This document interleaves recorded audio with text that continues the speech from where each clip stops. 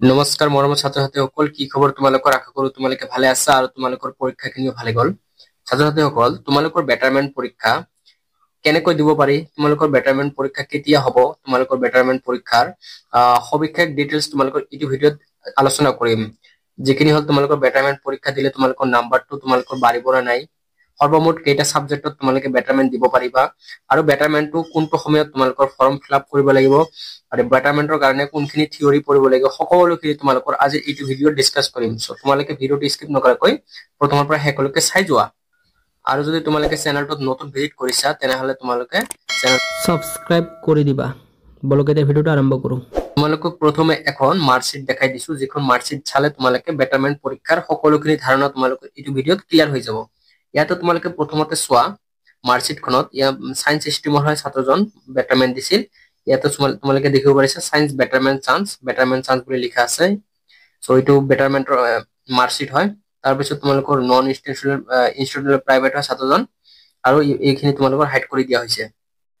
ইয়াৰ পিছত তোমালোকে যেতিয়া নাম্বাৰখিনি চাবা, প্ৰথমতে নাম্বাৰ বিলাক চাই লোৱা, তাৰপিছত তোমালোকে আইডিয়াটো কৰিব পাৰিবা, সকলোখিনি ডাউট ক্লিয়াৰ হ'ব। ইয়াতে প্ৰথমতে তোমালোকে ইংলিছত চোৱা ছাত্ৰজনে কিমান পাইছিল 57, তাৰপিছত এছামিছত কিমান পাইছিল 69, কেমেষ্ট্ৰিত 62, বটানী আৰু জুলজিত 59, ফিজিক্সত 57, তাৰপিছত মেথামেটিক্সত 12।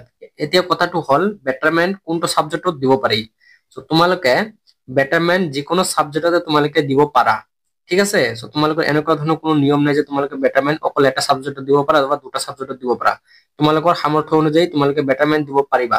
আৰু কেতিয়া দিব পাৰিবা, তোমালোকৰ বেটাৰমেন্টটো তোমালোকৰ যেতিয়া হাই সেকেন্ডাৰীত যেতিয়া তোমালোকৰ এতিয়াতো তোমালোকৰ পৰীক্ষাটো ওলাই গ'ল নহয়, তোমালোকৰ তোমালোকে যদি বেটাৰমেন্ট দিব খোজা তেনেহলে তোমালোকৰ অহাবাৰ তোমালোকক পৰীক্ষাটো দিব লাগিব। একেবাৰে যেতিয়া 2026ত হাই সেকেন্ডাৰী ফাইনেলটো হ'ব, তাৰ লগতে তোমালোকে বেটাৰমেন্ট পৰীক্ষাটো দিব পাৰিবা।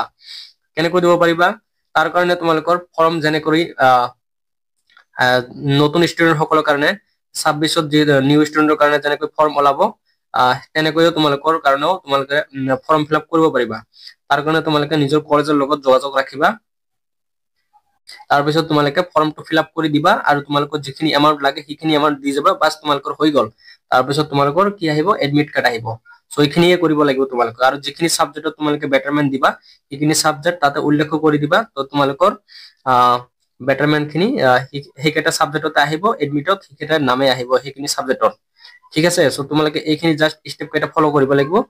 তাৰপিছত তোমালোকে ইয়াতে এখন মাৰ্কশিটটো দেখিব পাৰিছে। এতিয়াতো ছাৰে তোমালোকক দেখাই নিদিল যে কোনটো সাবজেক্টত ছাত্ৰজনে বেটাৰমেন্ট দিছিল। ইয়াতে তোমালোকক মই দেখাই দিম। ইয়াত চোৱা তোমালোকে ছাত্ৰজনে কেমেষ্ট্ৰিত বেটাৰমেন্ট দিছিল, ঠিক আছে। কোনটো সাবজেক্টত বেটাৰমেন্ট দিছিল, ভাল কৰি লক্ষ্য কৰা। কেমেষ্ট্ৰিত ছাত্ৰজনে বেটাৰমেন্ট দিছিল। ইয়াৰ বেটাৰমেন্ট দিয়াৰ ফলত কিমান নম্বৰ বাঢ়িছে, ইয়াৰ চোৱা 36 পাইছে, ঠিক আছে। ছাত্ৰজনে 36 পাইছে আৰু প্ৰেক্টিকেলত 26 পাইছে, টোটাল হৈ গ'ল 62। আৰু তোমালোকৰ বেটাৰমেন্ট দিয়াৰ ফলত তোমালোকে পুৰণা নাম্বাৰ খিনি যিখিনি থাকিব সেইখিনি নাম্বাৰ তোমালোকৰ এড নহয়, নতুন কৰি যিটো সাবজেক্টত তোমালোকে বেটাৰমেন্ট দিবা সেইটো সাবজেক্টৰ নাম্বাৰটোহে তোমালোকৰ জাস্ট খালি এড হ'ব, ঠিক আছে। থিওৰিৰ নাম্বাৰটো এড হ'ব, আৰু প্ৰেক্টিকেলটো তোমালোকৰ প্ৰেক্টিকেলটো কি কৰিব, তোমালোকে নতুন কৰি প্ৰেক্টিকেল কৰিব লাগিব। এনেকুৱা নহয় যে তোমালোকৰ প্ৰেক্টিকেল আগৰ নাম্বাৰটোৱে দিব, আগৰ নাম্বাৰটো তোমালোকক নিদিয়ে। তো তোমালোকে প্ৰেক্টিকেলটো কৰি ল'ব লাগিব। তাৰপিছত তোমালোকে এতিয়া চাব পাৰিছে কিমান নম্বৰ কেমেষ্ট্ৰিত ছাত্ৰজনে বেটাৰমেন্ট দিছিল আৰু নাম্বাৰখিনি পাইছে। আৰু তোমালোকক কৈ দিওঁ, কেমেষ্ট্ৰিত ছাত্ৰজনে ইয়াৰ আগৰবাৰ যিটো পৰীক্ষা দিছিল, পৰীক্ষাত ছাত্ৰজনে কেমেষ্ট্ৰিত কিমান নম্বৰ পাইছিল, অনলি 19 পাইছিল। পাছ কৰিব পৰা নাই, যিহেতু পাছ কৰাৰ কাৰণে 21 লাগে। সো ছাত্ৰজনে পাছ কৰিব পৰা নাই, সেইকাৰণে ছাত্ৰজনে বেটাৰমেন্ট দিছিল। আৰু বেটাৰমেন্ট দিয়াৰ ফলত ছাত্ৰজনে থিয়ৰিত পাই গ'ল 36 আৰু প্ৰেক্টিকেলত পাই গ'ল 26, ঠিক আছে। তো প্ৰেক্টিকেলৰ নাম্বাৰটো অলপমান কম বেছি আপাৰ আৰু লোৱাৰ হৈছে, কিন্তু বেটাৰমেন্টৰ নাম্বাৰটো ভাল প্ৰদৰ্শন কৰিছে, ঠিক আছে। আৰু তোমালোকেও যদি কোনোবাই ভাবি আছা মোৰ এবাৰ যদি তোমালোকৰ কিবা কৰি যদি তোমাৰ কোনোবা এটা সাবজেক্টত নাম্বাৰ কম পোৱা, তেনেহলে তোমালোকে সেই সাবজেক্টটোত বেটাৰমেন্ট দিব পাৰিবা। অকল এটা সাবজেক্টত নহয়, দুটা বা তিনিটা সাবজেক্টত তোমালোকে বেটাৰমেন্ট দিব পাৰিবা। আৰু পৰীক্ষাটো কেতিয়া হ'ব তোমালোকক কৈ দিলো, সেই একেটা সময়তে হ'ব যিখিনি সময়ত তোমালোকৰ হাই সেকেন্ডাৰী পৰীক্ষাটো হ'ব। মানে তোমালোকৰ মেইন পৰীক্ষাটো হ'ব তাৰ লগতে তোমালোকে বহি পৰীক্ষাটো দিব পাৰিবা আৰু ফৰ্ম ফিলআপটো তোমালোকে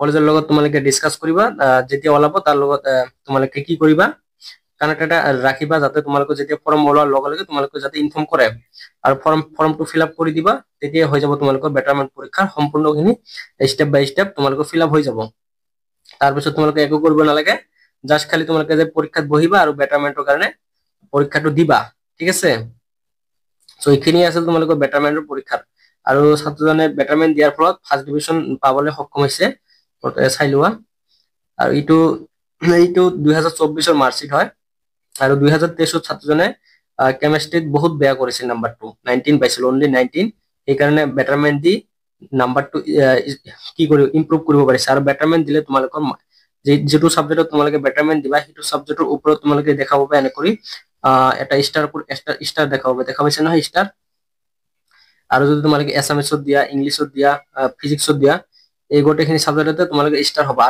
আৰু এটা কোৱেশ্চন তোমালোকৰ মনত থাকি গল যদি বেটাৰমেন্ট দিয়া হয় তেনেহলে সেই নাম্বাৰটো ধৰা হ'ব নে তোমালোকৰ যদি বেটাৰমেন্ট দিয়া তেনেহলে সেই নাম্বাৰটো তোমালোকৰ জেনুইন ভাবে ধৰা হ'ব এনেকুৱা নহয় যে বেটাৰমেন্ট দিয়াৰ ফলত তোমালোকৰ সেই নাম্বাৰটো এড কৰা নহয় এই নাম্বাৰটো এড কৰা হ'ব যিখিনি নাম্বাৰ তোমালোকে স্কোৰ কৰিব পাৰিবা সেইখিনি নাম্বাৰ তোমালোকৰ মাৰ্কশিটৰ লগত এড কৰি যিমানখিনি তোমালোকৰ টোটাল হ'ব যদি তোমালোকে ফাৰ্ষ্ট ডিভিজন পোৱা এই নাম্বাৰখিনি এড কৰাৰ ফলত ফাৰ্ষ্ট ডিভিজন তেনেহলে মাৰ্কশিটটো আহিব আৰু যদি তোমালোকে সেকেন্ড ডিভিজন পোৱা সেকেন্ড ডিভিজন আহিব আৰু পাৰ্চেন্টটো নাম্বাৰৰ ওপৰত ডিপেন্ড কৰিব ঠিক আছে সো গোটেইখিনি ডাউট ক্লিয়াৰ হৈ গল এতিয়া আৰু তোমালোকে টেনশন কৰিব নালাগে যদি তোমালোকৰ কোনো এটা সাবজেক্টত বেয়া হৈ যায় তেনেহলে তোমালোকে জাস্ট ফৰ্মটো ফিলআপ ফিলআপ কৰি তোমালোকে এডমিটটো আহিব এডমিটটো আহাৰ তোমালোকে পঢ়া লেখা পৰা আৰম্ভ কৰি দিয়া তাৰ পিছত আৰামছে যে তোমালোকে পৰীক্ষাত বহিবা এই একেটা সময়তে হাই সেকেন্ডাৰী পৰীক্ষাত বহি তোমালোকে জাস্ট বেটাৰমেন্টৰ পৰীক্ষাটো দিবা তাৰ পিছত যদি তোমালোকৰ পৰীক্ষা ভাল হয় তেনেহলে নাম্বাৰটো বেছি পাবা আৰু পোৱাৰ ফলত তোমালোকে এনেকা কৰি কি আহিব মাৰ্কশিট এখন আহিব নাম্বাৰটো তোমালোকৰ এড হৈ আহিব ঠিক আছে